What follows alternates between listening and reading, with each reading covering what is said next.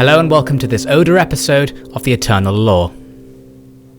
On the last Oda episode we saw General Nobunaga attempting to defend his castle against the Tokugawa attack utilizing fire-projecting mangonels. Luckily his Ashigaru army managed to break the will of the Tokugawa samurai and destroy them.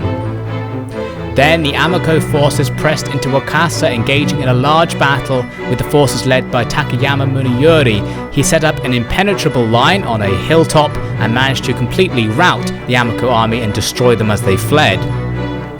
Then Nobuyuki pressed south into Ise to wipe out the Hattori clan once and for all, removing the thorn from our side. Meanwhile, in Kozuke province, the home of the Yamanouchi, two of our armies ganged up on the enemy inside, using their missile advantage to eliminate them and then take the castle.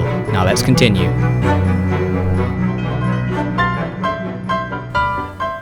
It's the unbeatable, insurmountable Oda Unification Armor Blowout Sale! In celebration of our new Lord's conquest of the land, we are selling all pieces of new and used armor at discount rates, so that even the lowliest peasant may be worthy of standing beneath the Oda flower.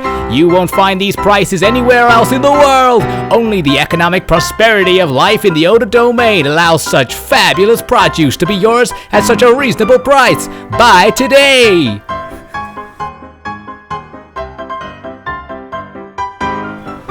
So we're back with the Oda. Here are the battle results from the attack on the Yamanouchi home castle. We lost a few hundred and killed a few thousand, a standard positive result, and Kozuke province is now ours as a result. There are still some Yamanouchi rebels hanging around, you can see here. They have a sizable army on the other side of the river, so we're going to have to be aware of them. They're probably going to come straight for the castle and try and take it back, which means we do need to hang around.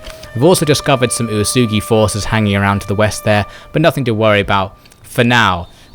So the removal of the Yamanouchi clan means there are fewer enemy agents to deal with, and fewer enemy armies of course. There is still that Tokugawa army sitting in North Shinano threatening to attack at any moment, so I can't necessarily defend this province forever, and of course Echigo is under a heavy threat from the Honma, who are attacking with their daimyo's army, a powerful army that is going to be something to be reckoned with, to be sure. So in the end turn sequence, the Uesugi appeared to make an attack on Kozuke, the Chosokabe make an attack on Ise, quite interestingly, and the Amako appear to be going into the attack in Wakasa province. They're laying siege to the castle, but they don't go into the assault, which can only mean they have more reinforcements on the way. The Honma then go into the attack at Echigo, and they are going to go for the assault. The battle doesn't look all that good for us. The enemy have tons of super veteran samurai, and they're led by their daimyo, who's level 3, so he'll be giving some passive buffs to his men. So I decided to fight this battle myself, of course, and see how I could do. However, as we're about to see, the battle replay for this battle pretty much doesn't exist. I do have a tiny bit of footage right from the beginning, nothing exciting, but I'm going to show you anyway just to show you how the battle started. The enemy began their attack from pretty much every direction, and I had my defenders facing every direction, and I'm going to start rearranging straight away to receive their dominant attacks.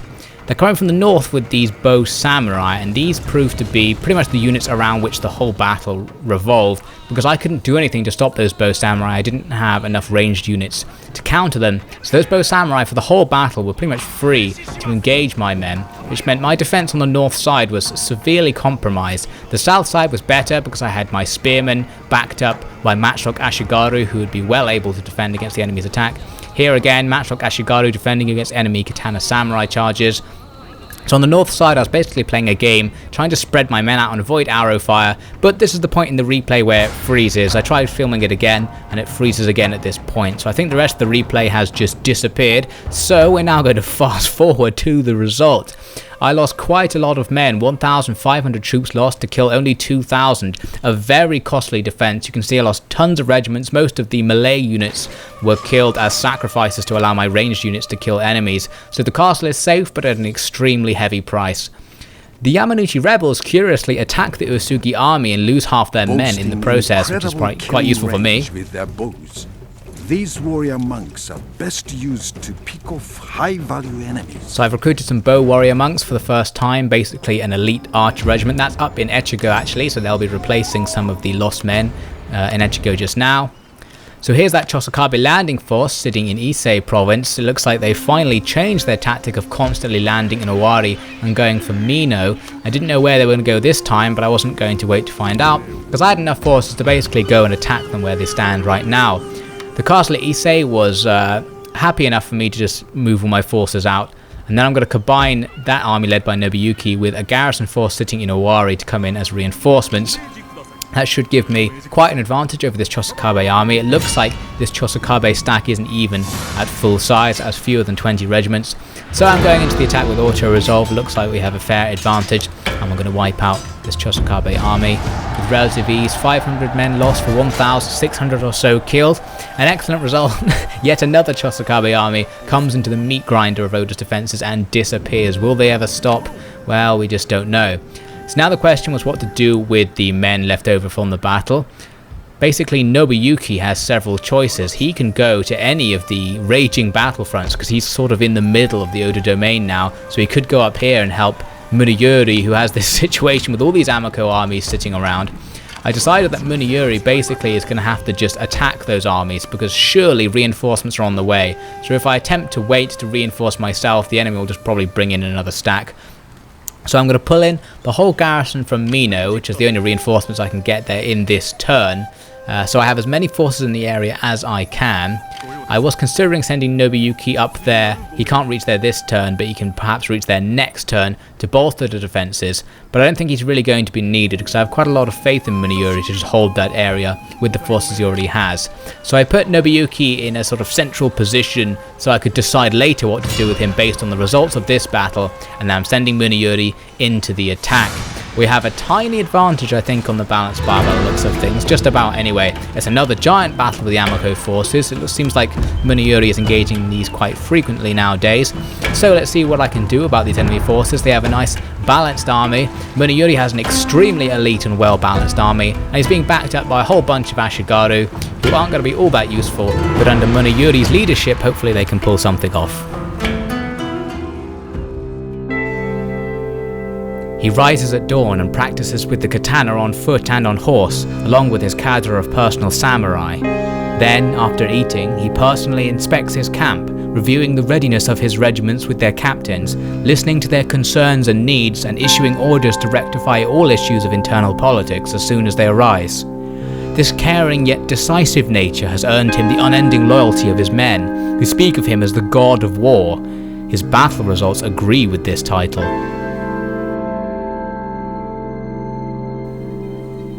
So here is the battlefield, and here's Muneyuri's army. It's hidden in this forest on a nice little hill, a very advantageous position for the defense, but this is an offensive battle. So basically at the moment I'm just waiting for my reinforcements to come into the field. Some are coming from the east, some from the south. Not too bad directions to deal with. Both of them should be able to reach my formation okay.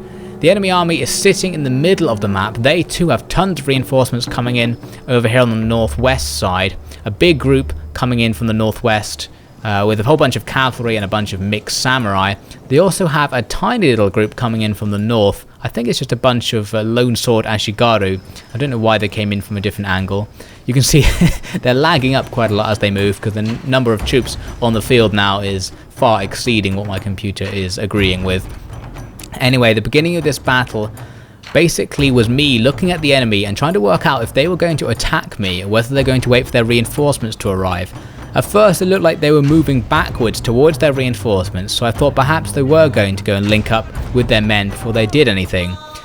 So I decided I would get my army and move it out of its forested position because I had so many men that were like long Yari Ashigaru or matchlock Ashigaru who are somewhat suited to big open plains that I thought I'm going to form up a giant formation on the plain on the north side of the map and then perhaps attack the enemy's flank before they finish forming up. This meant pulling all of my men right across the map, which was a little bit of a long way, but you can see the formation I'm trying to set up here. A pretty sturdy looking formation with protected flanks and a nice flat ground in front of it from which I can blast out with my matchlocks, and it's pointing right at the enemy's flank. But as I was moving to take up this formation, the enemy decided to suddenly charge. And I don't know what prompted them to do this because their reinforcements haven't finished arriving, so most of their reinforcements are still coming in a big column formation on the west side of the map, and the enemy's main force is going to ignore them and charge right at me. So seeing this, I decided to reform my men where they were because they were in a big mess. So I've reformed on this little hill, some of my troops hidden. Not quite as good a formation as I had right at the beginning of the battle, but still good enough to receive the enemy. I've got my long spears in the right at the front, I've got bows in the middle, and I've got matchlock units coming in behind them. The hope is that these matchlocks on slightly raised ground will fire over the top of my long yari ashigaru and take out enemies. They also have a nice view of the hill over which the enemy must come to reach my formation. So they're going to be coming over the crest of this hill in a big long line, and they're going to be coming into perfect line of sight for my matchlocks who can fire up at them. They're still at fairly long range, so the matchlocks won't be doing devastating damage, but still you can see my matchlocks begin firing before they even get near to my formation, so I'm going to be dealing some casualties to them. My bows as well are going to start trying to pick them off. My bows are actually standing in the way of some of those matchlock units, so it's quite a annoying situation for some of them. Out here on the left flank, the enemy attacked with several regiments of cavalry. Luckily I had tons of Yari Samurai and reserve Yari Ashigaru sitting on the flank who were able to stop them. Meanwhile, their main infantry body is now coming in to engage with my spear wall. They're coming slightly uphill, and they're coming even without a distinct numerical advantage since most of their reinforcements haven't arrived into the battlefront yet. So I was very confident that this situation would go my way. I don't even have the whole line engaged, so I have the opportunity to flank them if I want. But the fact that the enemy has tons of reserves coming in means flanking them is a little bit dangerous. So at least they have that in their favour. I can't flank them with impunity. The enemy did try a rear attack with some cavalry there, but I had another unit of reserve Yari Ashigaru who took out their rear attacking forces. Their general out here on the flank is trying to push into my Yari Samurai. Particularly bad idea. Actually, most of their cavalry did sacrifice themselves trying to get through these Yari Samurai. I think it's because they wanted to get behind my spear wall and attack the nice soft underbelly of all these bows and matchlock units. But that one unit of Yari Samurai sitting in an echelon on the flank was well able to hold them off, so things went well. Meanwhile, on the front line you can see a huge pile of enemy bodies has appeared in front of the spear wall because they've been trying to get through, and now pretty much all of them are getting wiped out. There's still a whole bunch of guys who seem reluctant to go into the spear wall. The ones that are in there are really struggling. I took very minimal casualties in this phase of the battle, so my spear wall simply wasn't being broken because they weren't attacking on the flanks. They were going right in the middle where all of the flanks of the regiments are protected by the regiment next to it. So it went very well for me indeed. Their cavalry had trouble getting around my Yari Samurai, as I said, but one unit of cavalry that did get into my rear without me noticing was these general's bodyguards. A general and his bodyguard, just 5 remaining from previous conflicts, got right behind my men and charged down and attacked Minayuri himself, who was sitting on his chair in a stand and fight formation. Luckily I had a reserve unit of Lone Sword Ashigaru who was mixed in with his formation, who was able to hold off the enemy general and prevent any risk of Minayuri being sneakily assassinated. You can see the enemy's main line in front of the spear wall is now in full retreat. Only the highest morale units remain, such as this other enemy general, who is trying to exploit a little gap in the line, but I noticed it and filled in the gap quickly with one of my spear walls who'd accidentally come out of formation, and he was rapidly killed. This general here is rushing across the face of the spear wall, so I got some of my matchlock units to attempt to target him.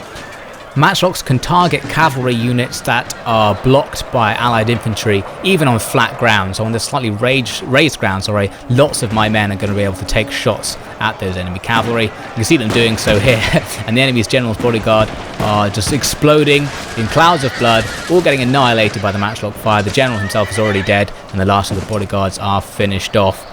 So there's now just the attack on the flank to finish off, because now that the main line is gone, it's just these units who weren't so demoralised by attempting to fight through the spear wall who are left. They did a nice counter charge against my Yari Ashigaru with these Lone Sword Ashigaru right into the flank.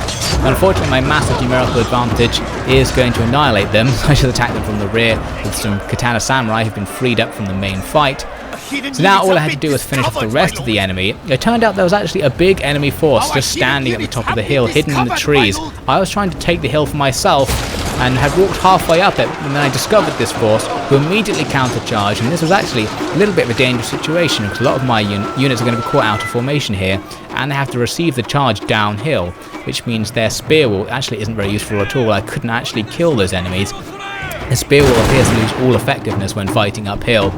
Out here on the more open ground, I was able to actually do those tactics I had wanted to do at the beginning, where I used the open ground to exploit the extreme firepower of my matchlocks, and then when the enemy come close, I push forward a spear wall to receive them. The matchlocks can now go around the flanks of these units who are locked in place, and pretty much annihilate them, since the enemy have no more reserves out to the rear to stop me from outflanking them.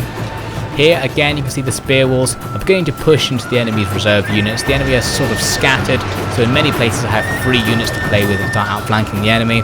The enemy's army losses get so large that the rest of the enemy's army on the hill just rout, even though I wasn't really inflicting any casualties upon them. There was 1 unit of Yari Ashigaru left right at the back of the map who I had to go over and scare off with a bit of matchlock fire.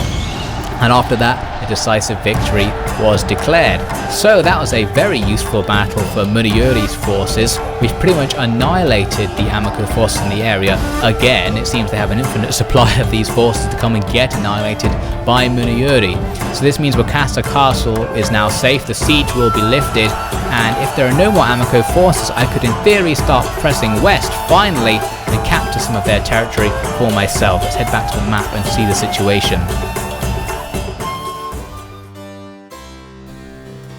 The gunmen at first appear vulnerable, packed together in square units, but when they are approached by threats, there emerges a wall of spears from the gaps in the line that keeps any attacker at a good distance. Used properly, I think the commonly assumed weaknesses of the firearm are rendered quite negligible compared to its undeniable strengths. I shall write to Lord Yarmouth of this idea. If his men can achieve the same thing, then our empire might have armies as deadly as the Japanese. So here are the results from Muneyuri's battle. 500 men lost, over 4,000 enemies killed, a superb result. So Wakasa is now going to be cleared of all these Amako armies standing around, and Muneyuri has won yet another extremely decisive victory that pretty much keeps Oda's northern domain secure. So now there are a few Amako survivors, but for the most part Muneyuri is free to move west and perhaps take up an ambush position on the road. Meanwhile, back over in Kozuke province, I'm trying to clear up the situation where there's all these enemy armies standing around who are all threatening the castle at the same time and are proving a little bit of a nuisance, because I can't really leave the province at this point because any one of these armies could be up to no good. First I attempted to attack the Yamanouchi rebels, but they simply ran away and hid on the other side of the river. I didn't really have the movement points to properly chase them down, unfortunately, especially because I was worried about attacks on Echigo from the north coming from the Hatakeyama land who I'd spotted moving in the end turn sequence. So I wanted to keep the availability to rush north to Echigo. Now back down on the battlefront with the Tokugawa, Nobunaga presses forwards and attempts to retake Totoimi. I go into the auto resolve and win the battle with ease. So we've retaken Totoimi once again. The Tokugawa main force is standing in the province led by their daimyo. It looks pretty powerful and it's full of agents buffing them up, so Nobunaga might have to defend the castle against them in the end turn sequence. Now finally I need to make a decision about what to do with Nobuyuki. I decided I was going to vaguely commit him to the Tokugawa war, so I started moving him towards Mikawa.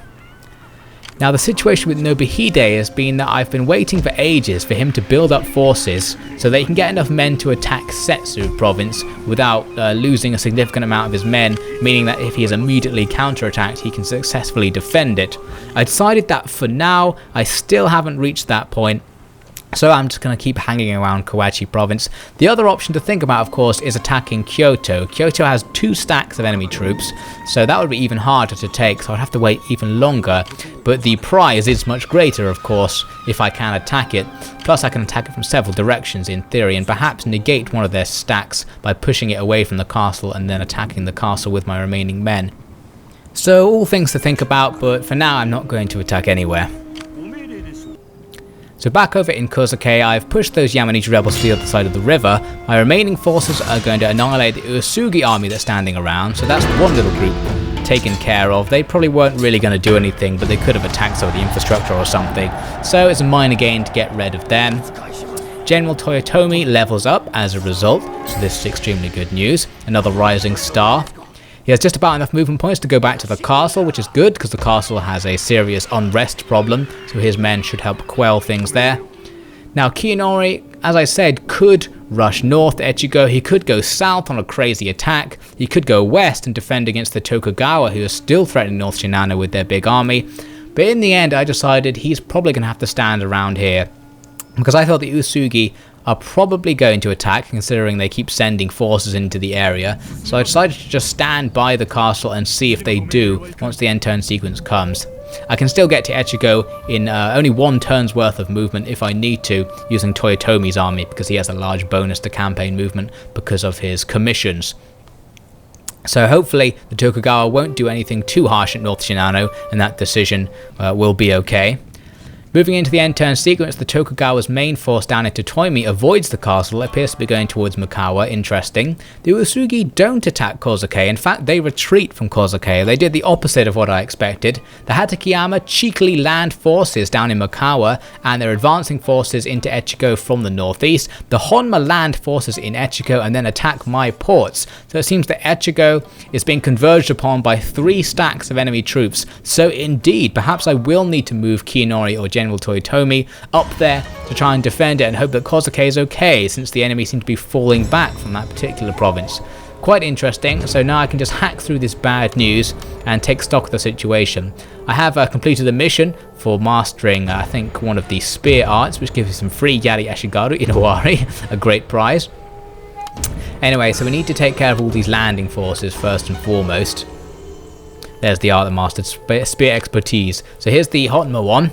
It's got a whole bunch of pirates in its forces, I can tell from here, which is a good thing for me, because that means this force is going to be slightly weaker than the last Honma force that attacked Echigo. And since I managed to beat that one, it means I can probably beat this one. The question is, will it wait and team up with these forces coming down from the Hatakeyama lands? That would make things very difficult. Down in Kozuke, there are some Hatakeyama forces sitting around there. The Yamanouchi rebels are still threatening the castle and still running from battle. The problem is that they're running on unroaded terrain, so if I go after them, I'm going to use all my movement points and lose the option to move these forces about afterwards, which may be important at this stage. I decided with Kiyonori to go and take out the Hatakeyama forces because they looked like they were going to go and head north into Echigo, so I thought I can slightly aid the fight up there by taking out these guys. Also protects the School of Philosophy in the area, who they might have attacked. Now my hope was that Kiyonori could then move back to the castle, but unfortunately moving out to kill them used up all of his movement points, so slightly inconvenient that in this game you can't tell how many movement points your generals have, unlike in Rome 2 where they added a small bar to represent it. Anyway, now I have to deal with the invasion force from the Hatakeyama down here in Mikawa. It's a very nice looking army, well balanced, and their armor is super upgraded to gold standard, which means these guys are going to be pretty much invincible to missile fire, and they're going to last a very long time in fighting. Quite interesting, so I wanted to gang up on them as much as I could, because it means I won't have to actually deal with these potentially difficult to kill units, because I can just overwhelm them in an auto-resolve. So to do this, I had to bring Nobunaga back from Mikawa province. So for the second time, I've taken the province. I'm going to immediately abandon it and just see if the Tokugawa attempt to go for it again, and use all the forces I've collected together to defend Mikawa. The only issue is that I wasn't sure whether the forces around here were actually going to reinforce, because normally when you select to attack an enemy army, little red arrows will represent where your reinforcements are going to come in. They weren't here in this case, which worried me, but when I went into the attack, they did indeed join the battle. It gave me quite a large advantage actually, and I was able to wipe out the enemy army. I guess my super high rank Matchlock Ashigaru will have counted very highly in the auto-resolve against those armoured units, because that is pretty much the only thing that can take out those armoured units. So luckily the balance of my armies was perfect to destroy their little upgraded force. Also wiped out a little Tokugawa splinter force there at the same time. So now I have tons of forces defending Mikawa. Totomi is undefended, but it looks like the Tokugawa don't care much about it, because they have already tried to avoid it with their main force. They didn't besiege it or anything. Perhaps they'll go for it now it's undefended, I don't know. But I was willing to let them have it back again. It's not a valuable province, and keeping the integrity of my troops and the lives of my men at this point is much more important than keeping one measly, not particularly economically worthy province. I'm going to set Nobuyuki in an ambush position on the road, so if they do go for Mikawa, they're going to have a pretty hard time getting through the ambush with all the reinforcements provided by Nobunaga's men and the men in the castle. Back up at Wakasa, Muneyuri can finally go on the attack, which I've hinted about several times now. He has tons of forces who could back him up, now defending Wakasa province, so I could get at least 2 stacks in the area to move up towards Tango. There's a small Amako stack standing there. Not too much of a threat. The castle itself is empty of standing armies. So I'm going to pull together some men from the castle at Wakasa. Only some of them are going to have enough movement points to actually come and get involved in these battles. So once I've got them together, I can combine them with Muriori's force to clear out the Yamako forces, take Tango, and then I'll have a defensive position in Tango, which is very similar to the one in Wakasa, where the enemy pretty much have to go through the castle to get any further into the Oda domain. So it was a pretty safe move in terms of my future defenses, and it's going to net me a little bit more money for having the province. So a good move overall.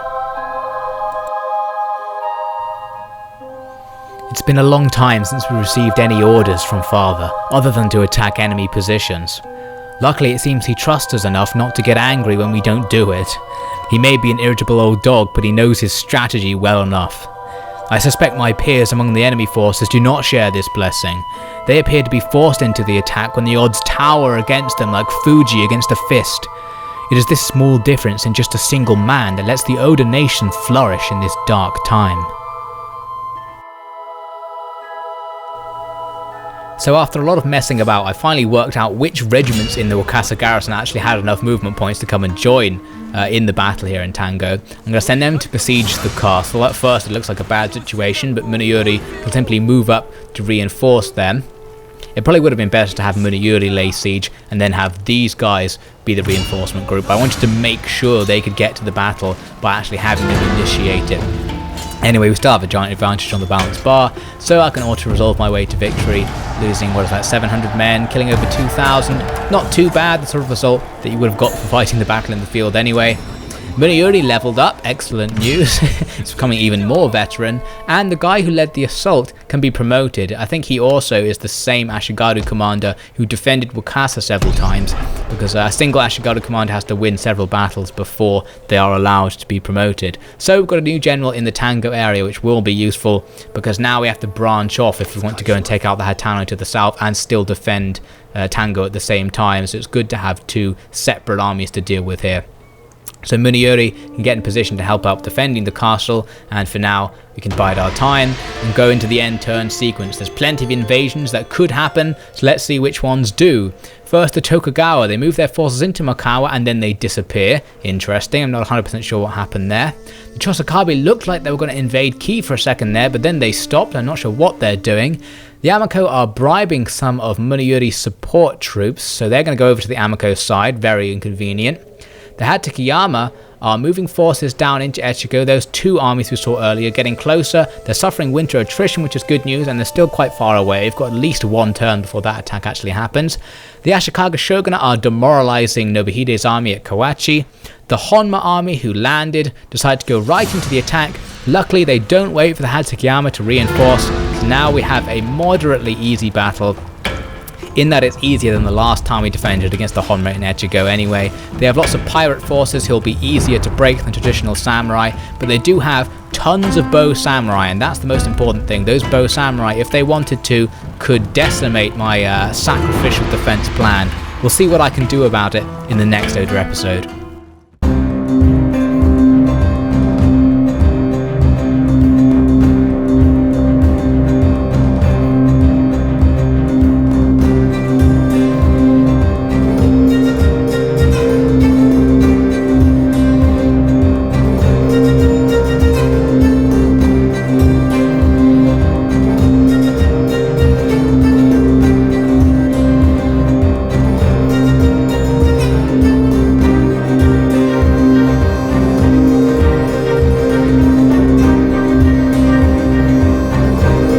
That's all for this episode, but to see the Oda's huge and decisive battles to defend their new domain, join me next time on The Eternal Law.